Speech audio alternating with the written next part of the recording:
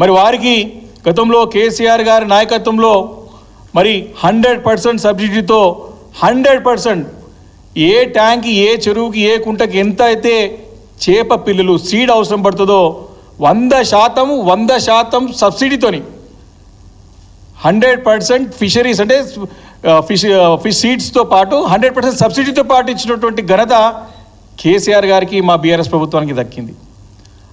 అదే కాకుండా వారికి అనేకంగా వారికి వస్తువులు, వారికి అవసరమైనటువంటి సామాగ్రి, వలలు అనుకోండి, మోపెడ్లు అనుకోండి, అనేకంగా ఉచితంగా పంపిణీ చేసి ఈ యొక్క మత్స్య సంపద పైన, మత్స్య వృత్తి పైన ఆధారపడినటువంటి ఈ మత్స్యకారులందరూ కూడా ప్రోత్సహించి వారి జీవితాల్లో వెలుగు నింపినటువంటి మరి చరిత్ర కేసీఆర్ గారికి ఉన్నది.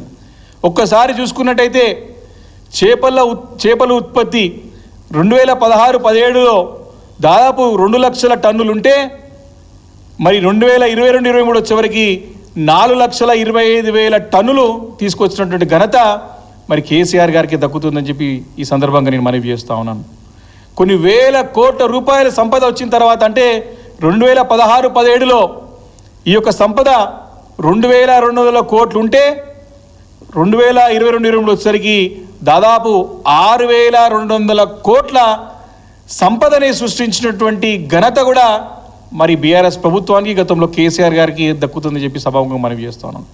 ఈ 6,200 కోట్ల సంపద అంతా కూడా మరి ఈ యొక్క 4 లక్షల ఎవరైతే సభ్యులు ఉన్నారో మత్స్య పారిశ్రామిక సహకార సంఘం పైన ఆధారపడేటువంటి కుటుంబాలు ఉన్నాయో అందరూ కూడా సంతోషంగా పంచుకొని ఆనందంగా నివసించేటువంటి సందర్భం.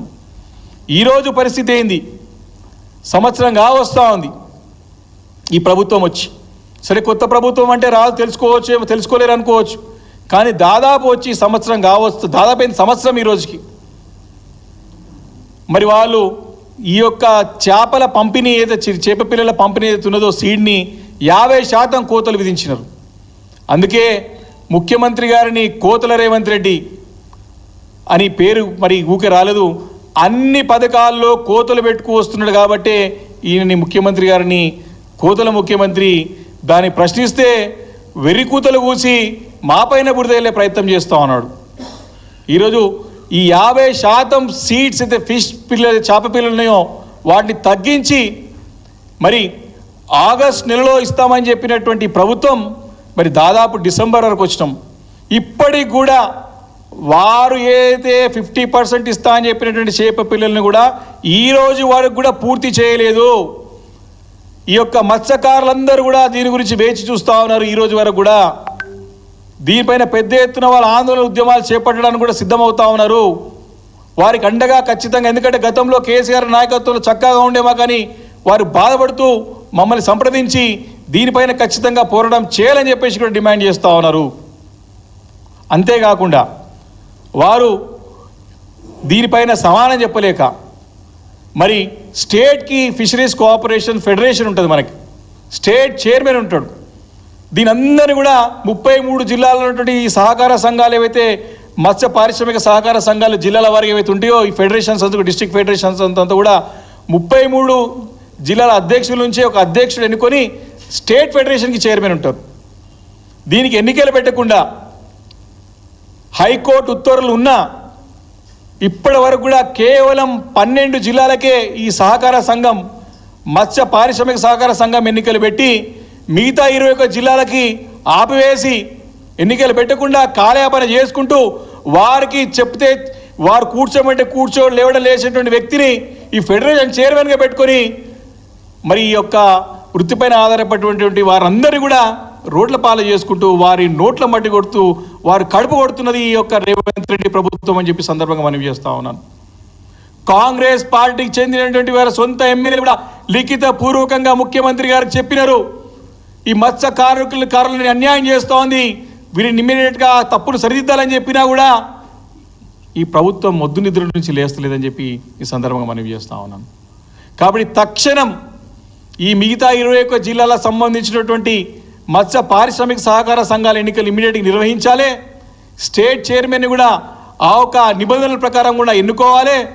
తద్వారా ఏవైతే గతంలో బీఆర్ఎస్ ప్రభుత్వం కేసీఆర్ గారి నాయకత్వంలో మత్స్య సంపదని ప్రోత్సహించి మత్స్యకారులను ప్రోత్సహించి సంపద పెంచడానికి సంపద సృష్టించడానికి ఇచ్చినటువంటి చర్యలన్నింటి కూడా వాటన్నిటిలో కొనసాగించాలని చెప్పేసి కూడా బీఆర్ఎస్ పార్టీ డిమాండ్ చేస్తూ ఉంది.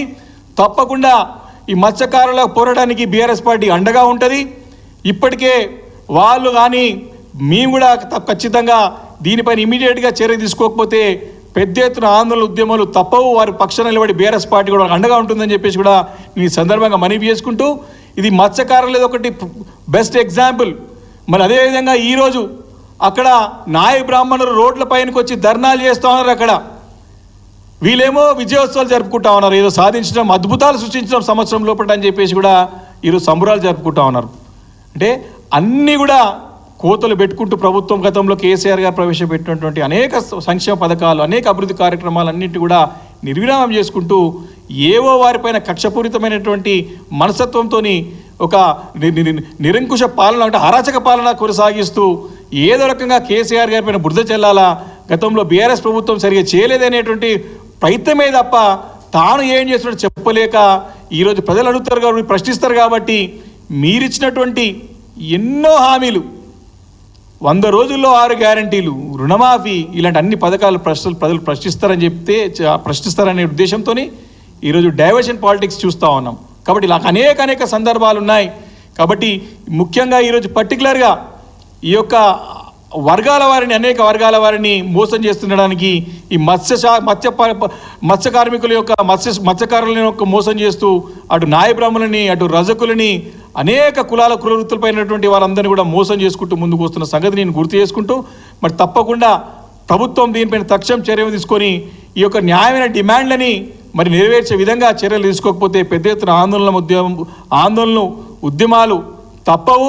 మేము సంవత్సరం వరకు ఓపికతోని సహనంతో మేము ప్రజాస్వామ్య పద్ధతిలో మేము ప్రశ్నిస్తున్నాము తప్ప ఎక్కడ కూడా ఇప్పుడు ఆందోళన కార్యక్రమం ఎక్కడ కూడా పిలుపునియలేదు. బీఆర్ఎస్ పార్టీ నుంచి కూడా చాలా సమన్వయంతో చాలా ఓపికతోని సహనంతో మీరు ఎన్ని తిట్లు తిట్టినా మేము ప్రజల పక్షాన నుండి ప్రజల గొంతుకై ప్రశ్నిస్తున్నాం తప్ప ఇప్పుడు కూడా ఎక్కడో పోరాటాలు కూడా మేము ఉద్యమాలకు కూడా ఇంకా పిలుపునివ్వలేదు. మీకు సరైన సమయం ఇవ్వాలనే సమయం ఇచ్చాం. కానీ ఈ రకంగా పేద బడుగు బలహీన వర్గాల వారిని మోసం చేస్తా అంటే మాట ఊరికిన ప్రసక్తి లేదని చెప్పేసి కూడా ఈరోజు కాంగ్రెస్ పార్టీని హెచ్చరిస్తూ ఉన్నాం.